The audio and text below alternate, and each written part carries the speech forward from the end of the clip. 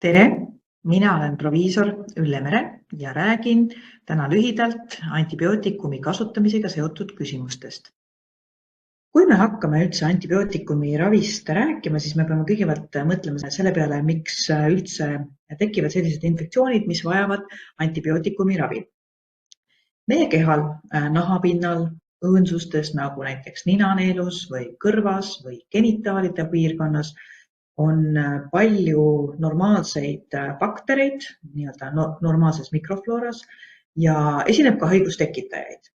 Aga kui organism on tugev, immuunsüsteem toimib ja paremate bakterite osakaal on suurem kui nii-öelda kahjulike haigustekitajate bakterite osa, siis organism ei haigestu. Aga organism haigestub siis, kui meie immuunsüsteem on nõrgem ja ei suuda tegeleda selliste haigustekitajatega, mis hakkavad siis kasvama ja paljunema. Ja kui bakterid hakkavad paljunema, siis nad võivad samuti väga kiiresti paljuneda, mistõttu võibki tekkida infektsioonravi, mis vajab antibiootikumit. Kuidas antibiootikum toimib? Ja antibiootikumi eesmärk on tagada bakterite hävinemine või nende arvu langus. Ja seda võib antibiootikum teha kahel moel. Esimene variant on see, et antibiootikum tagab selle, et bakterirakk ei saaks enam paljuneda ja ta lihtsalt läbib raku normaalse elutsükli ja sureb ise ära. Teine variant on see, et antibiootikum tõesti hävitab või surmab selle bakterirakku. Meie ei peagi täpselt teadma seda, missugust antibiootikumi valides, missugust toimet see antibiootikum omab, peaasi, et ta on efektiivne ja sobib antud haigustekitajate vastu. Et seepärast alati, kui on näiteks köha või kõrvapõletik, ei võta arst proovi süljest ega verest ega mõnest muust materjalist selleks, et määrata, mis bakteriga on tegemist ja mis antibiootikum selle tundlik on, vaid enamus juhtudel alustatakse antibiootikumi ravi empiiriliselt ehk kogemuselt põhinevalt, mis tähendab seda, et on enam levinud infektsioonid, nende tekitajad ja nendega ravimid, mida siis arst määrab. Vahel harva võib juhtuda, et tõesti tehakse erandkorras haiglas sellist bakteri määramist, mis on kallis, see võtab mitu päeva aega ja see on väärtuslik raviaeg, mille puhul oleks võinud mitu päeva juba patsienti ravima hakata ja infektsiooni veelgi piirata, selle asemel, et seda bakterit täpselt määrata. Ja see ei ole eesmärk omaette, eesmärk on ikkagi patsient terveks saada. Ja teine oluline põhimõte ravimi valikus on see, et valitakse selline nii-öelda tavapärane esmane valik antibiootikumi, mitte sellist reservantibiootikumi, mis toimib juba sellistesse antibiootikumidesse, mis on resistentsuse saanud.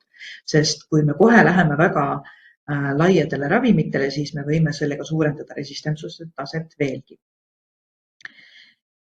Võiks öelda, et igasuguse külmetuse või infektsiooni korral võiks antibiootikumi aidata, aga tegelikult miks alati arst antibiootikumi välja ei kirjuta, võib olla seotud sellega, et haigustekitaja võib olla kas bakter, viirus või seen.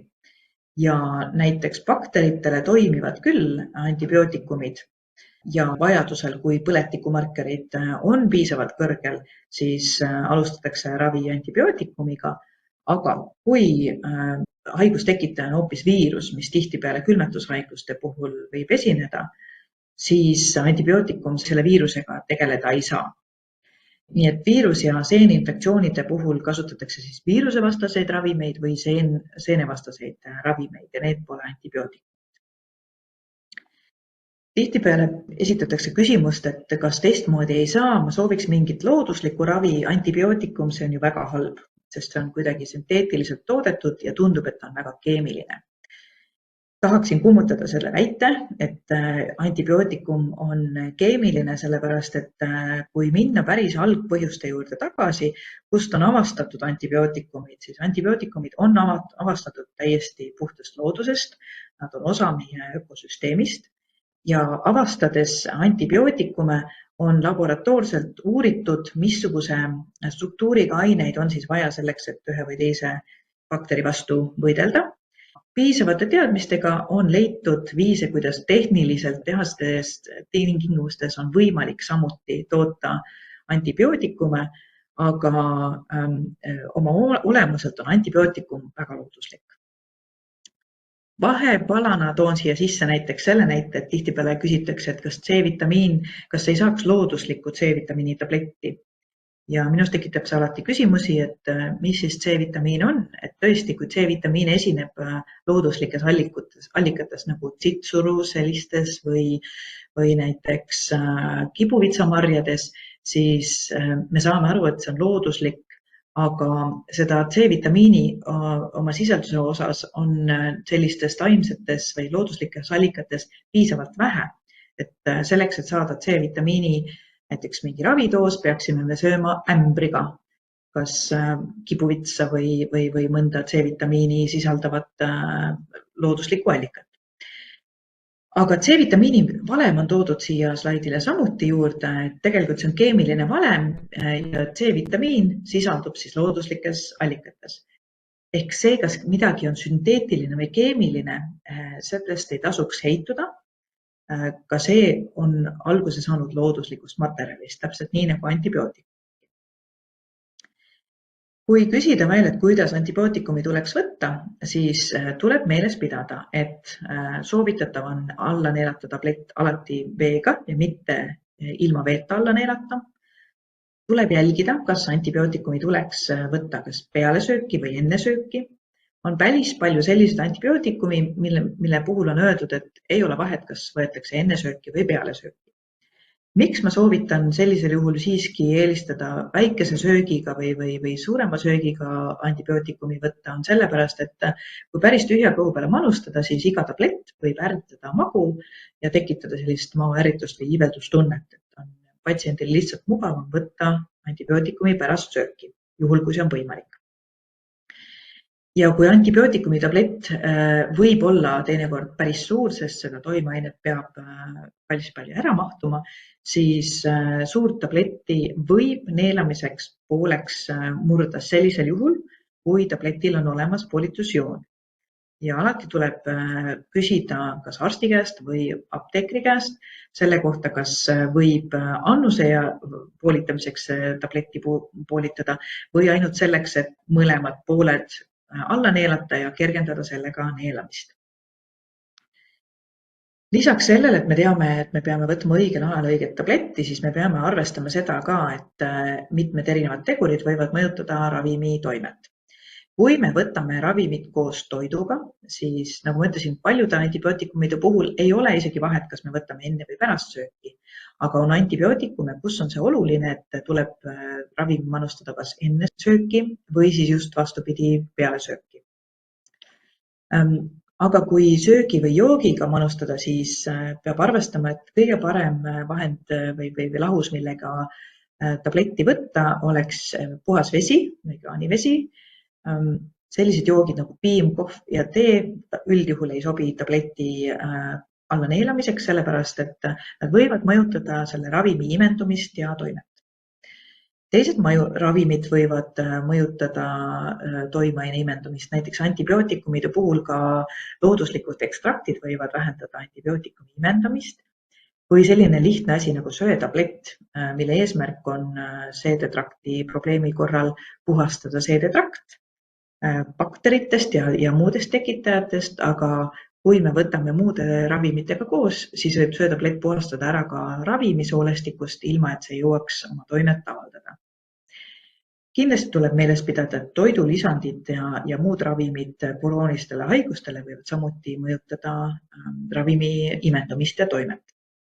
Ja antibiootikumide puhul me peame siis mõtlema ka resistentsuse teket. Millal võib tekkida üldse resistentsus?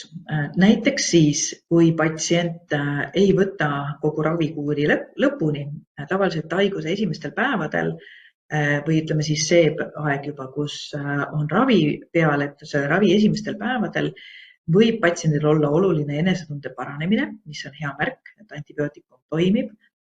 Aga kui arst on öelnud, et antibiootikumi tuleks võtta näiteks 5 päeva või 7 päeva, siis 3. päeval ei ole mõistlik kuuri katkestada, sellepärast et enesetunne on hea, vaid kuur tuleb kindlasti lõpuni teha.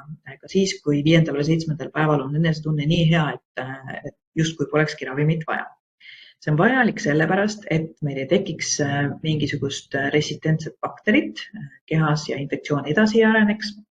Sest kui me piisavalt palju baktereid ära ei tapa, siis ühel hetkel võivad need bakterid muutuda ja areneda juba suuremaks infektsiooniks. Samamoodi võib resistentsus tekkida siis, kui kasutatakse nii-öelda vale ravimit. Ehk nagu ma mainisin, arst võiks kasutada kõigepealt selliseid põhiravimeid ja mitte reservantibiootikume, mis on siis tõsisemaks juhtumiks nii-öelda reserveeritud. Kui rääkida veel kellaaegadest, kuidas antibiootikumi võtta, siis üldjuhul arst määrab ravi teile kas iga 6 tunni tagant, 8 tunni tagant või 12 tunni tagant võtmiseks. On küsitud, et kui rangelt tuleb seda kellaaega jälgida.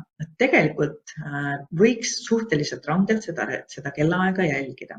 12 tunniga on lihtne, hommikul õhtul samal kellaajal, näiteks hommikul 9, õhtul 9, peale sööki, ja võib-olla siduda kas või hambapesuga, seda protseduuri jääb hästi meelde ja annab stabiilse tulemuse. Lühemate aegadega on juba keerulisem. Vahel küsitakse, kas öösel kell 3 peab üles ärkama selleks, et manustada ravimit. Ideaalis peaksin ütlema jah. Kui see on tõesti patsiendile väga ebamugav, siis võiks ajastada nii, et õhtune viimane doos võetakse võimalikult hilja enne magaminekut ja hommikune esimene doos võetakse esimene asi pärast ärkamist.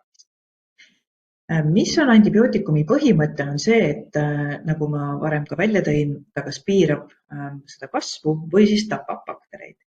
Ja see tähendab seda, et kui me regulaarselt vastavate tundide tagant ravimit ei manusta, siis hakkavad uuesti need osad bakterid, mis on veel alles jäänud, vohama ja võib-olla, et antibiootikumist ühel hetkel pole enam kasu.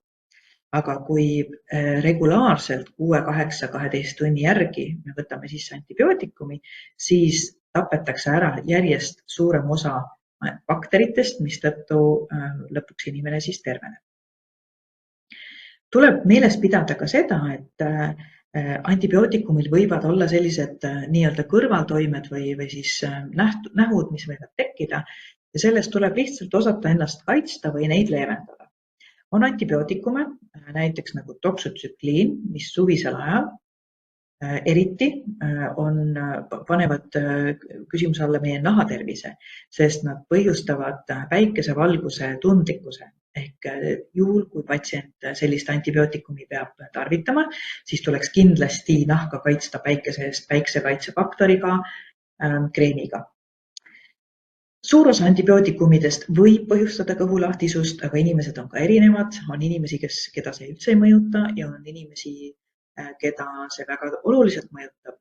Seda tuleks siis leevendada vastavalt vajadusele.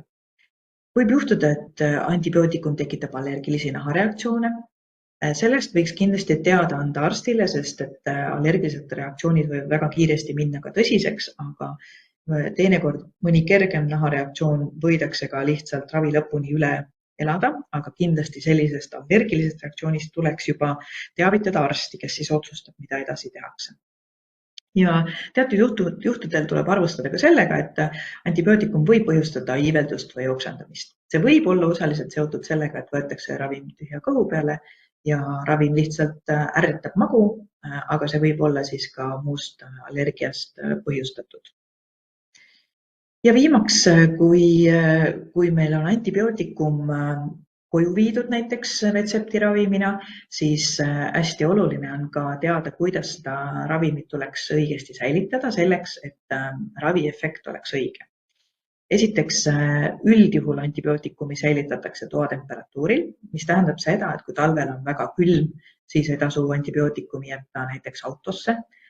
Kui suvel on väga soe, siis ei tasuks antibiootikumi jätta kas autosse, kus võib olla 40-50 kraadi või ka aknalauale või mõnda sooja kohta kodus.